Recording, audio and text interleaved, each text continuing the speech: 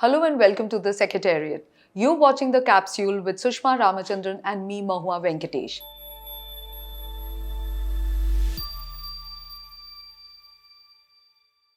The three topics that we have decided to decode for you in this episode are Zoran Mamdani's big win. He will now take over as New York's next mayor in January.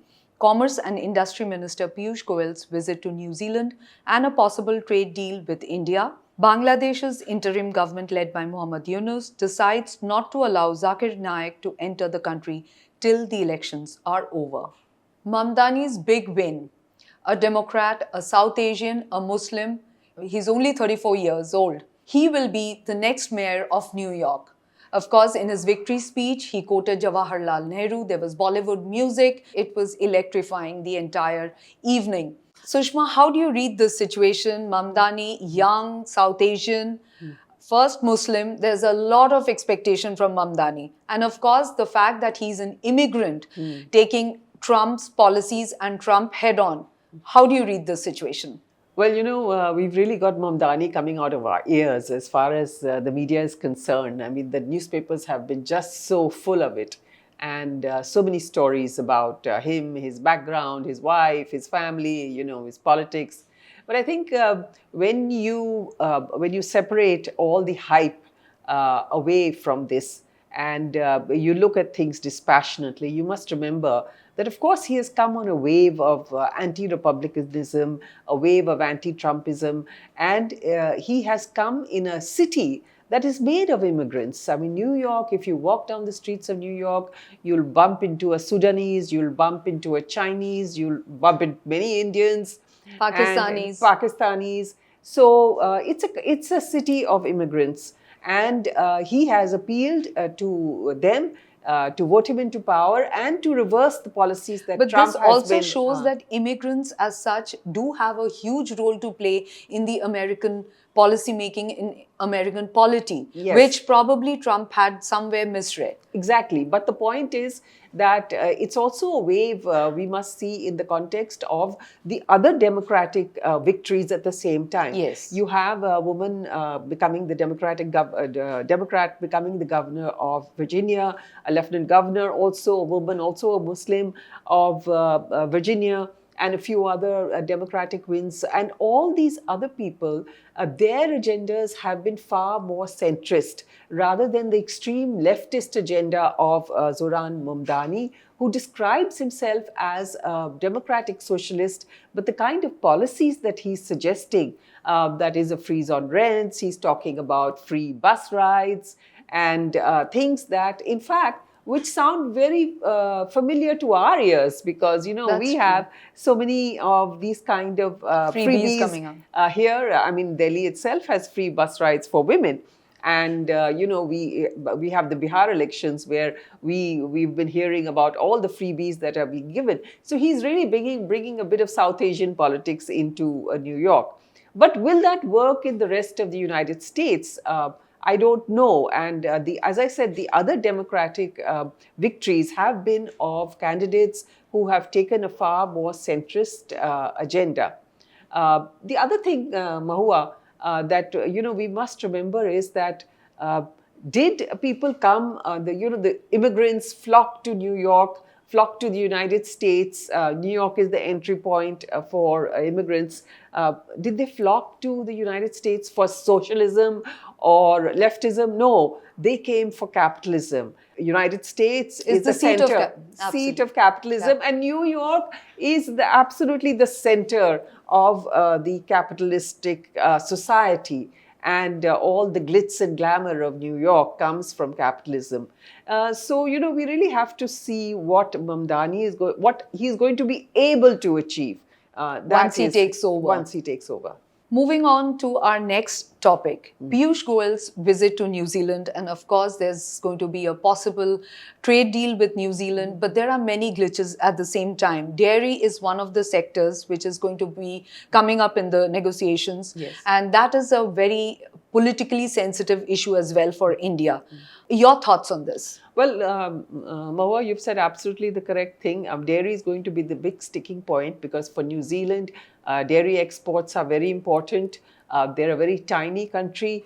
but their dairy production is very, very large, and they would naturally So try dairy to, is the sector which is politically sensitive to both countries. to both countries, you see. But the fact is that in New Zealand, the dairy sector, like other developed economies, is very much mechanized. And that is why a tiny country like that is able to export so much of dairy products. India, on the other hand, we have very small dairy farmers who are banded into cooperatives. I mean, the famous Amul, or whether it's Mother Dairy, or whether it's Nandini down south. These are all cooperatives of small farmers. And therefore, if we allow market access to from countries, advanced economies which are using mechanized techniques in their farming, and they have mass production of dairy products, it's going to harm our farmers. So I think this is going to be a problem. And I think Piyush Goyal will certainly have to use his diplomatic skills to overcome this issue. Because what you said is so right, because we've been talking, India has been talking with several countries. EU is also in talks with India, and there were a lot of expectation that the trade deal would have been signed by now. Yes. But again, we see time and again the same issues come up, and they want access into our agriculture sector, dairy sector, which is also one of the stumbling blocks with the US. Absolutely. So this is exactly European Union and the United States. They are both looking to enter in the dairy sector. And by the way, Mahua, this is not, of course, we are talking about it now because we have these trade deals under consideration.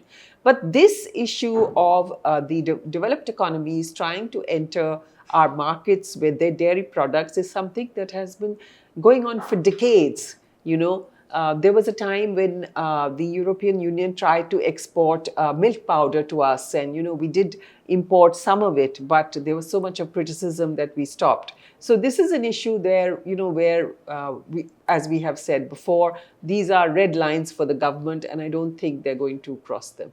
Also, the India-UK trade deal, it was sort of, many people say that should be serving as a template for the other trade deals or the other negotiations. Do you think that is really possible? Do you think it's possible to replicate the India-UK trade deal? The template can be replicated for other trade pacts? I think it can, but then the fact is that you need more flexibility on the part of the developed economies, which the UK did. The UK had far more flexibility, and it didn't let the talks get bogged down on the issue simply of access for because they also have dairy products, for access for dairy products. I mean, India is planning bringing down our tariffs for their whiskies, which are very important for them, and in a graduated fashion. And European Union wants it for wines and spirits. We can do that because it's not going to affect our industry much. So I think the advanced economies have to take a more flexible approach, which is what the UK had done. So European Union and New Zealand should also, try to follow that kind of attitude. And the other thing is, of course, India is trying to diversify its markets, its export markets, considering that there is a problem with US, uncertainty rather. China, of course, is a huge player in the export market. So India has been trying to diversify its markets very, very rapidly, and we'll have to wait and watch and see how this pans out. Moving to our third topic, closer home. Bangladesh government has now finally decided not to allow Zakir Naik to enter the country, at least until the elections are over.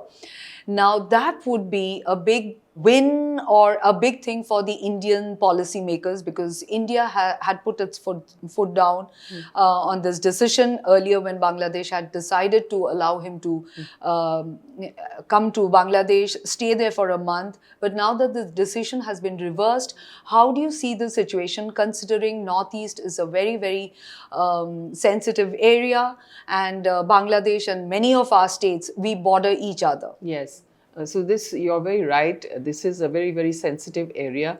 Zakir Naik was initially banned from Bangladesh by Sheikh Hasina when he was known to have radicalized the people who were involved in the 2016 terrorist attack. Yes. And otherwise also his videos have been seen as having radicalized many people. He was banned. He was living in Malaysia.